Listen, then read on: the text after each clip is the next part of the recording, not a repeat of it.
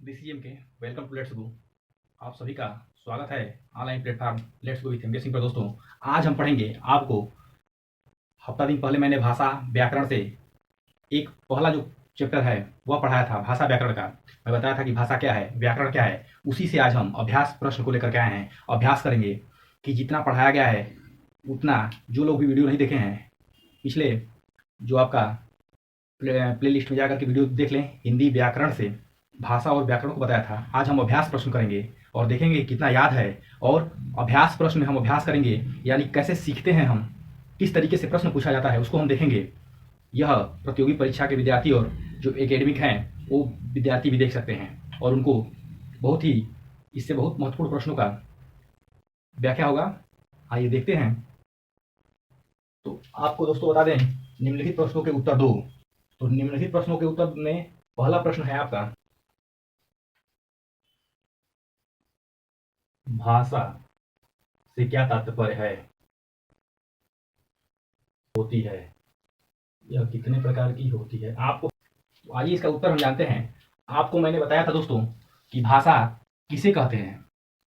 अब वही पूछा जा रहा है यहाँ पर, क्योंकि वो क्लास एक सप्ताह हो गया, 1 वीक पहले हमने आपको बताया था कि भाषा और व्याकरण जो आपका मैं चैप्टर लेकर गया था 1 हिंदी और भाषा से, तो उसमें आपको बहुत ही अच्छे तरीके से, अगर जो लोग देख रहे हैं नहीं देखे हैं उस वीडियो को जाकर देखें। अगर देखे हैं, पता है, तो इसका आप कमेंट बॉक्स में या कॉपी पेन लेकर के बैठें, इस प्रश्न को नोट करें, तुरंत उत्तर लिखें और फोटो खींच करके लिखें, अपने कॉपी पेन में लेकर के बैठें और फोटो खींच के कमेंट बॉक्स में भेजें। ठीक है दोस्तों, यानी कि आपने कितना पढ़ा है और हमें भी अच्छा लगेगा कि हाँ, विद्यार्थी जो भी पढ़ रहे हैं वाकई पढ़ रहे हैं, बिल्कुल मेहनत कर रहे हैं।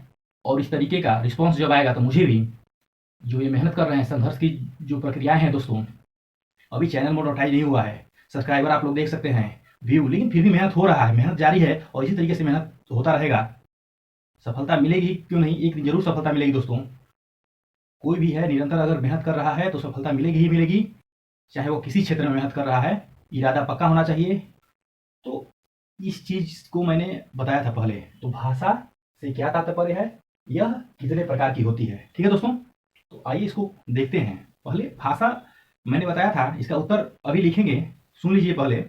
भाषा दोस्तों, जिस मनोभाव को, जिस विचार को, जो भी विचार उत्पन्न होते हैं मनुष्य के अंदर, जो भी विचार उत्पन्न होते हैं, एक दूसरे के साथ विचारों को आदान प्रदान करना, दूसरे के विचारों को और अपने विचारों को आदान प्रदान करना ही, जिस लहजे में आदमी अपनी बात को कह लेता है, कुछ भी मन में बात आई वह एक दूसरे से कहता है, वही भाषा है। अगर बोलकर कहता है तो मौखिक भाषा है, इसी में छिपा हुआ है। मैं बता रहा हूँ, उसके रूप को पूछा गया है ना कि यह कितने प्रकार की होती है, तो वही देखिए। अगर यह बोल करके अपने मन को, भाव को व्यक्त करता है किसी दूसरे के सामने, तो वह मौखिक भाषा हो गई। अगर वह लिख करके पत्र के माध्यम से देता है तो वह लिखित भाषा हो गई। तो मौखिक भाषा, लिखित भाषा, और तीसरे प्रकार से वह व्यक्त करता है, यानी कि अपने संकेतों के माध्यम से व्यक्त करता है, तो उसे सांकेतिक भाषा बोलते हैं। इशारे के द्वारा वह व्यक्त करता है अपने मनोभाव को, अपने विचारों को, संकेतों के माध्यम से, विभिन्न प्रकार के हाव भाव के माध्यम से वह अपने भाव को व्यक्त करता है, उसे सांकेतिक भाषा बोलते हैं। ठीक है दोस्तों, तो आपको पता चला कि भाषा किसे कहते हैं और कितने प्रकार की होती है। तो भाषा अपने मनो और भाव को, मनुष्य के मन के भाव को आदान प्रदान करने, एक दूसरे के साथ आदान प्रदान करने के, वह सरल और उपयुक्त साधन है, एक साधन है अपने मन के भाव और विचारों को व्यक्त करने का। भाषा से ही तात्पर्य है। भाषा मनुष्य के मनोभाव और विचारों को व्यक्त करने का एक सरल साधन है। ठीक है दोस्तों, यह 3 प्रकार की होती है, मौखिक भाषा, सांकेतिक भाषा और लिखित भाषा। इसी प्रकार से आपको केंद्रीय विद्यालय के डेमो क्लास से डरना नहीं है दोस्तों। जिन लोगों का इंटरव्यू इस मंथ के अंतिम सप्ताह में पड़ेगा, इस मंथ के लास्ट वीक से इंटरव्यू स्टार्ट हो सकता है, या अप्रैल के फर्स्ट वीक से, जब भी ईमेल भेजा जा रहा है, ऑफिशियली सूचना मिली है इंटरव्यू के लिए बच्चों के पास, और कट ऑफ अभी आएगी, इसका आंसर की में भी संशोधन होने वाला है, यानी कि थोड़ा सा समय लगेगा इसमें, अप्रैल माह में जा सकता है इंटरव्यू। तो इसी तरीके से आपको अपने रूम में या अपने स्टूडियो में, जो भी लोग पढ़ाते हैं केंद्रीय विद्यालय के इंटरव्यू में, या पीआरटी हो गया, टीजीटी हो गया, उसमें शामिल होने वाले हैं, तो पीआरटी में एक डेमो क्लास है, उसमें आपका 30 नंबर का डेमो क्लास है, 30 नंबर का इंटरव्यू है। तो इंटरव्यू में आपसे क्वेश्चन पूछा जाएगा। ठीक है दोस्तों, तो इस पर मैं वीडियो अलग से बनाऊंगा, किस तरीके से आपको डरना नहीं है। आज का क्लास हिंदी व्याकरण और भाषा से है, अभ्यास करा रहा हूँ मैं, जो पढ़ाया था पिछली वीडियो में, तो इस चीज़ को बताना है। ठीक है दोस्तों, तो आइए हम देखते हैं, इसका लिख करके इसको जानेंगे। आपको आ रहा है तो कमेंट बॉक्स में जरूर पिक्चर खींच करके अपने कॉपी का आंसर भेजें, जिससे हमें भी लगे कि नहीं कुछ सीख रहे हैं लोग, छात्र छात्राएं कुछ सीख रहे हैं। ठीक है, मनोबल बढ़ता है और अच्छा लगता है दोस्तों। आगे इधर से देखिए, आपको दिख रहा होगा साफ, निम्नलिखित प्रश्नों का उत्तर देना है। भाषा से क्या तात्पर्य है, पूछा गया प्रश्न, यह कितने प्रकार की होती है। मैंने भाषा से क्या तात्पर्य है इसका उत्तर लिखा है, यह कितने प्रकार की होती है, इसके बाद लिखेंगे, जगह नहीं है, भाषा एक ऐसा माध्यम है, ठीक है दोस्तों, जिसके द्वारा, भाषा एक ऐसा माध्यम है जिसके द्वारा मनुष्य अपने मन के भावों एवं विचारों को, मैंने बताया आपसे, मन के भाव एवं विचारों को अन्य लोगों के साथ व्यक्त करता है, प्रस्तुत करता है। ठीक है दोस्तों, अन्य लोगों के साथ व्यक्त करता है, प्रस्तुत करता है, या यही लिख सकते हैं आदान प्रदान भी कर सकते हैं इसको, आदान, बताता है अपने मन के भाव को और सुनता भी है, आदान प्रदान, आदान प्रदान करता है। ठीक है, मन के भाव को व्यक्त करता है एक दूसरे के साथ, अन्य लोगों के साथ, या आदान प्रदान करता है, यही भाषा का तात्पर्य है। इतना लिखना पड़ेगा आपको, ठीक है, और इतना जानना पड़ेगा। अब किसी, यही चीजें आपको इंटरव्यू में पूछी जा सकती हैं कि बताइए what is the means of language, language से क्या तात्पर्य है, क्या समझते हैं, what is means of language, language क्या है, भाषा क्या है। ये क्वेश्चन भी बहुत ही सिंपल और बेसिक क्वेश्चन है, यह आपसे पूछा जा सकता है कि भाषा से क्या तात्पर्य है। तो आपको हिंदी, अगर इंग्लिश में पूछा जाता है what is means of language, तो आप इसको हिंदी में भी बता सकते हैं। अगर आपको समझ में आ गया कि क्या पूछा जाता है, आपको अगर मतलब समझ में आ गया, तो आपको हिंदी में भी बताना आना चाहिए। ठीक है, तो आप इसको बता सकते हैं कि भाषा एक माध्यम है जिसके द्वारा मनुष्य अपने मन एवं भाव को, विचारों को दूसरे के साथ या अन्य लोगों के साथ आदान प्रदान करता है। ठीक है दोस्तों, इस तरीके से आपको एकदम कॉन्फिडेंटली, आपको निसंकोच उत्तर देना है, हंसते हुए उत्तर देना है, मुस्कुराते हुए उत्तर देना है दोस्तों। थोड़ा सा भी डरना नहीं है, हिचकना नहीं है, एकदम आपका बेस्ट इंटरव्यू हो जाएगा इस तरीके से। अभी यह क्लास उस दौर में चल रहा है जब केबीएस का इंटरव्यू होने वाला है, डेमो क्लास होने वाला है, और बच्चे नर्वस हैं, घबराए हुए हैं।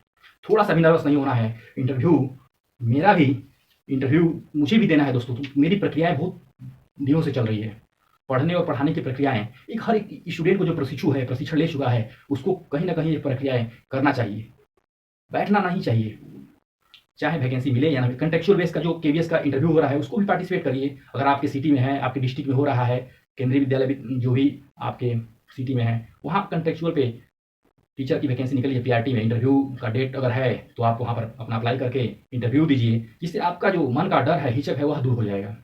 और वो लोग वो होते हैं जो उसमें कार्यरत हैं, पोस्टेड हैं, कोई पीजीटी का प्रवक्ता है, तो कोई प्रिंसिपल बैठेंगे उसमें इंटरव्यू में, तो वही लोग आपका, तो जहाँ पे अदर स्टेट में होगा, ये नोएडा हो सकता है, या आपका बेंगलुरु हो सकता है, या गुवाहाटी हो सकता है, इंटरव्यू अपने स्टेट में नहीं होगा, अदर स्टेट में होगा, तो वही लोग तो बैठेंगे, केवीएस के लोग तो भी बैठेंगे ना, केवी के टीचर बैठेंगे। तो इस तरीके का आपको एक्सपीरियंस होगा। अगर कंटेक्चुअल बेस का इंटरव्यू देंगे तो बहुत ही बड़ा आपको प्रभाव पड़ेगा। तो आइए देखते हैं, हम अभी अभ्यास कर रहे हैं हिंदी व्याकरण का। ये वीडियो जो आपका है इंटरव्यू से रिलेटेड मैं बनाऊंगा इसके बाद। दोस्तों, आपको भाषा का तात्पर्य बताया, आइए देखते हैं, वहाँ जगह नहीं था नीचे, यहाँ भाषा 3 प्रकार की होती है, उसी प्रश्न का हिस्सा है। पूछा गया था कि भाषा से क्या तात्पर्य है, भाषा कितने प्रकार की होती है। तो दोस्तों, भाषा 3 प्रकार की होती है, ठीक है, मौखिक भाषा, दूसरा लिखित भाषा, तीसरा है सांकेतिक भाषा। ठीक है दोस्तों, आप उसी प्रश्न के नीचे लिखेंगे कि भाषा 3 प्रकार की होती है, मौखिक भाषा, लिखित भाषा और सांकेतिक भाषा। तो पहले भाषा का तात्पर्य बताएंगे, भाषा की परिभाषा देंगे, उसके बाद उसके आगे वाले प्रश्न का उत्तर देंगे कि भाषा 3 प्रकार की होती है, और तीनों प्रकार को लिख लेंगे। ठीक है, आइए दूसरा प्रश्न देखते हैं। यहाँ देख सकते हैं कि लिखे हैं लिपि किसे कहते हैं। आप पिछला वीडियो देखिएगा, अगर पिछला वीडियो आप पूरा देख लेंगे तो सभी प्रश्नों का उत्तर आप अपने आप देंगे, निसंकोच देंगे, आपको सारा प्रश्न आएगा। उसमें बताया हूं, मैं अच्छे से बताया था कि लिपि क्या है, लिपि किसे कहते हैं। तो यहाँ पर देखिए, लिपि किसे कहते हैं। तो भाषा को लिखने के लिए भिन्न भिन्न ध्वनियों को प्रकट करने हेतु कुछ चिन्ह निर्धारित किए गए हैं, ये चिन्ह वर्ण कहलाते हैं। ठीक है दोस्तों, ये चिन्ह वर्ण कहलाते हैं। इन्हीं चिन्हों के समूह को लिपि कहा जाता है। ठीक है, अर्थात एक शब्द एक वाक्य में बोल लेंगे, अर्थात या भाषा के चिन्हों द्वारा प्रकट करने को, भाषा के चिन्हों द्वारा प्रकट करने को जो माध्यम होता है वही लिपि कहलाता है। ठीक है दोस्तों, यहाँ पे लिखा है अर्थात भाषा को चिन्हों द्वारा प्रकट करने के माध्यम को लिपि कहते हैं। ठीक है, भाषा चिन्हों के माध्यम से प्रकट होती है, उसी को लिपि कहते हैं। यह लिपि की परिभाषा हो गई। अगले प्रश्न को देखते हैं। यहाँ पर देखिए दोस्तों, तीसरा प्रश्न है, राजभाषा से क्या समझते हैं। हमारे देश की राजभाषा क्या है। इसमें भी दो प्रश्न है। जो तीसरा प्रश्न है आपका, दो प्रश्न इसमें भी पूछा है, राजभाषा से क्या समझते हैं और हमारे देश की राजभाषा क्या है। तो आपको प्रत्येक प्रश्न में जो आ रहा है प्रश्न दिक्कत इसलिए होगा, जिसको आ रहा है जो पहले से कहीं ना कहीं किसी माध्यम से पढ़े हैं लोग तो उत्तर दे लेंगे, नहीं पढ़े हैं तो इस जा करके वीडियो के प्लेलिस्ट में देखें, हिंदी में जो वीडियो पढ़ा हुआ है भाषा व्याकरण का, उसमें बहुत अच्छे तरीके से मैं बताया हूँ कि राजभाषा क्या होता है और हमारे देश की राजभाषा क्या है, कब से लागू हुआ, किस अनुच्छेद से लागू हुआ, सारा आपको वीडियो में मिलेगा। आप हिंदी के भाषा व्याकरण प्ले लिस्ट में जाकर के देख सकते हैं दोस्तों, हिंदी से बना होगा प्ले लिस्ट। तो आपको इस प्रश्न का उत्तर देना है। जो लोग जानते हैं, जो वीडियो को देखे हैं, जो स्टूडेंट हैं, जो प्रॉपर वे में वीडियो देखते हैं, वह इस प्रश्न को कॉपी पेन पे लिखने का अभ्यास करें और तुरंत लिखें। प्रश्न को देखे हैं, लिखें। इसके बाद मैं आपको बताऊंगा और लिख करके भी बताऊंगा। तब तक आप जो लोग कॉपी पेन लेकर बैठे हैं वह लिखें, प्रैक्टिस करें। ठीक है दोस्तों, तो आइए देखते हैं राजभाषा से क्या समझते हैं।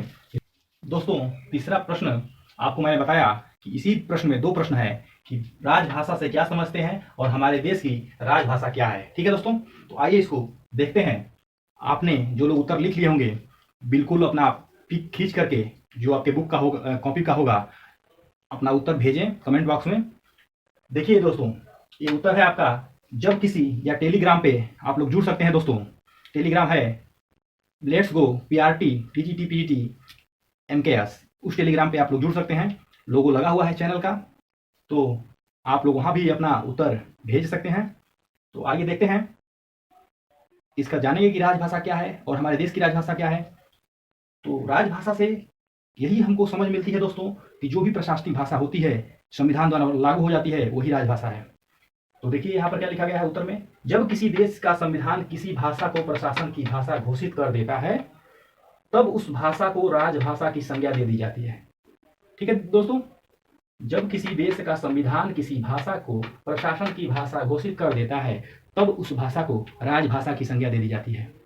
आगे देखिए दूसरे प्रश्न का उत्तर, 14 सितंबर 1949 में पारित भारत के संविधान के अनुच्छेद 343 के द्वारा 343, ठीक है, आर्टिकल 343 के द्वारा कब 14 सितंबर 1949 के आर्टिकल 343, ठीक है दोस्तों, 343 के अनुसार हिंदी को भारत की राजभाषा की मान्यता प्रदान की गई। ठीक है दोस्तों, कब 14 सितंबर 1949 को, किस अनुच्छेद के द्वारा, 343 के द्वारा। ठीक है दोस्तों, भारत की राजभाषा हिंदी, ठीक है, को मान्यता प्रदान की गई। इसलिए प्रशासन के सभी कार्यों में हिंदी को अनिवार्य भाषा के रूप में प्रयोग किया जाने लगा और प्रयोग किया जाना अनिवार्य है। इसलिए कि संविधान द्वारा प्रशासन की भाषा को हिंदी माना गया है, इसलिए प्रशासनिक कार्यों में हिंदी अनिवार्य है दोस्तों। हिंदी का प्रयोग अनिवार्य कर दिया गया प्रशासनिक कार्यों में। ठीक है, यही उसका उत्तर हो जाएगा प्रश्न 3 का। आप लोग स्क्रीनशॉट ले लें और जो लोग वीडियो नहीं देखे हैं भाषा व्याकरण का, वह प्लेलिस्ट में जाकर वीडियो देखें, उनको बिल्कुल समझ में आएगा। आप यहाँ से उत्तर देख सकते हैं और इसी तरीके से मैं चैप्टर वाइज प्रैक्टिस कराता हूँ दोस्तों। तो आप इस चैनल को अगर अच्छा लग रहा है सब्सक्राइब करें और इस चैनल के सदस्य बने और इस चैनल से जुड़ करके पढ़ाई अपना निरंतर जारी रखें। चौथा प्रश्न है, आप देख सकते हैं, चौथा प्रश्न है, व्याकरण की परिभाषा देते हुए बताइए कि इसके कितने भाग किए जा सकते हैं।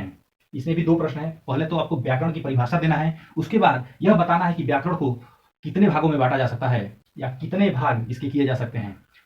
तो प्रश्न नंबर 4 में भी दो प्रश्न छिपा हुआ है। पहले तो व्याकरण की आपको परिभाषा लिखनी पड़ेगी, उसके बाद ये बताना पड़ेगा कि व्याकरण को कितने भागों में बांटा गया है। ठीक है दोस्तों, इसको भी दोस्तों चौथा प्रश्न है। मैं चौथा प्रश्न के लिए आपको बोला था उत्तर लिखने के लिए कि आप अपने कॉपी पेन लेकर के बैठे। चौथा प्रश्न था व्याकरण की परिभाषा देते हुए बताइए कि इसके कितने भाग किए जा सकते हैं। ठीक है दोस्तों, तो इस प्रश्न में दो प्रश्न छिपा हुआ है। चौथा जो प्रश्न था आपका, दो प्रश्न छिपा हुआ है। तो इसका उत्तर आप लोगों ने लिख लिया होगा और नहीं लिख पा रहे हैं, नहीं जानकारी है, तो प्लेलिस्ट में जाकर के भाषा और व्याकरण से जाकर के दूसरा वीडियो देखें दोस्तों। ठीक है, तो आप देख सकते हैं उत्तर, व्याकरण दो शब्दों से मिलकर बना है दोस्तों। ठीक है, वी धन आकरण, और वी का मतलब होता है विशेष रूप से और आकरण का अर्थ होता है शुद्ध करना, अर्थात जो भाषा को विशेष रूप से शुद्ध करे वही व्याकरण है दोस्तों। एक लाइन में कह सकते हैं, एक वाक्य में कह सकते हैं कि जो भाषा को विशेष रूप से शुद्ध करे वही व्याकरण है। ठीक है, तो वही लिखा गया है यहां पर दोस्तों कि जो भाषा को विशेष रूप से शुद्ध करे, व्याकरण कहते हैं उसे। इस प्रकार व्याकरण वह शास्त्र है, वह विद्या है जो हमें किसी भाषा को शुद्ध करना तथा व्यवस्थित रूप से लिखने और बोलने की कला को सिखाता है। यही हिंदी में व्याकरण का महत्वपूर्ण योगदान है दोस्तों। आप देख सकते हैं, स्क्रीनशॉट ले लीजिए नोट बनाने के लिए। चूंकि मैं यह जो भाषा व्याकरण का पिछले पाठ्यक्रम में, पिछले वीडियो में पढ़ाया हूं, वहां भी इसी तरीके से लिखा गया है परिभाषा दोस्तों। तो आप इस उत्तर को, तो आपको पता चल रहा होगा कि किस तरीके से अगर हम पढ़ाई कर रहे हैं। यह 1 वीक एगो, 1 सप्ताह पहले का यह दोस्तों वीडियो है जो भाषा व्याकरण पढ़ाया हूं। तो उतने दिन पहले आप पढ़े हैं, अगर उत्तर लिख ले रहे हैं तो बहुत ही बढ़िया कहा जाएगा। ठीक है दोस्तों, अगर आपको याद है तो। इसीलिए अभ्यास करना बहुत जरूरी होता है और पढ़ाया जाता है। जो अभ्यास से चीजें आ जाती हैं और निरंतर आपके दिमाग में बनी रहती हैं, परीक्षा में कभी नहीं भूलता है आदमी जो 2-3 बार अभ्यास कर लेगा। तो अभ्यास बहुत जरूरी है। इसलिए मैंने सोचा कि भाषा व्याकरण पढ़ाया हूं 2 तो उसी 2 क्लास को एक अभ्यास के क्लास के रूप में मैं आज लेकर के आया हूं कि अभ्यास करा दूं उस 2 जो पाठ पढ़ाया हूं भाषा व्याकरण का, हिंदी का। ठीक है दोस्तों, तो उसी के उद्देश्य से था। अब देखते हैं इसी में जो दूसरा प्रश्न है उसका उत्तर देखिए।